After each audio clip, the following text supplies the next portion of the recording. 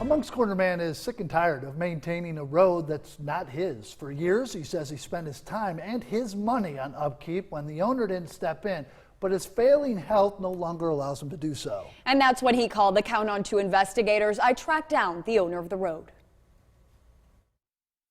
As soon as you drive through it again, the potholes are back. The portion of Ansel Drive leading to Dennis Cook's home and two others is gravel. We try to take care of as much as we can, but when you don't maintain a road, when you don't fix it right the first time, it's like putting a Band-Aid on a deep cut. For 30 years, he says he's maintained the road in Berkeley Country Club Estates. Tired out of the military, I worked construction, so I had access to some equipment stuff, which was nice. But then in 2016, when I got put on oxygen, couldn't work anymore, I can't do it. And the land was developed by American Mortgage Investment Company, and they still own the unpaved part of Ansel Drive. Over the years, Cook says he's called them to get the problems addressed. I'll call AMIC. I'll tell them what deplorable shape that the road is in.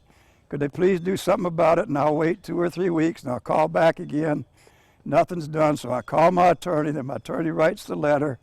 And the letter goes to them, and then finally they'll send somebody out, and they do the job halfway. Sick of spending his time, energy, and money on the road, he called the count on two investigators.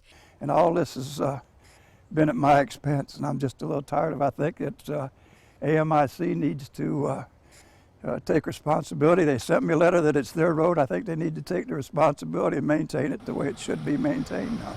In December, Cook says the company came out to do work on the road but never completed it. This last time they left piles of rock in it. Where the air dam on the front of my wife's car was what was leveling out the rock, you know.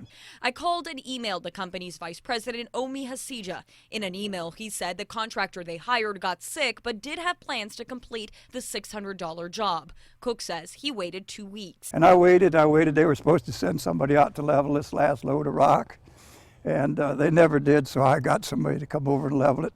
The work cost him $140. A cost Hasija says they aren't responsible for, telling me, quote, if he had waited a few weeks, he would have paid nothing.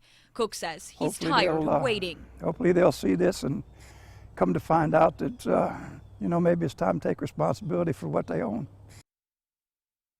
Hasija tells me the developers discouraged owners from building homes on the unpaved streets. In addition, he says they have made improvements on the road for Cook's drainage and, quote, convenience, saying they consider the road exceptional and the current condition temporary.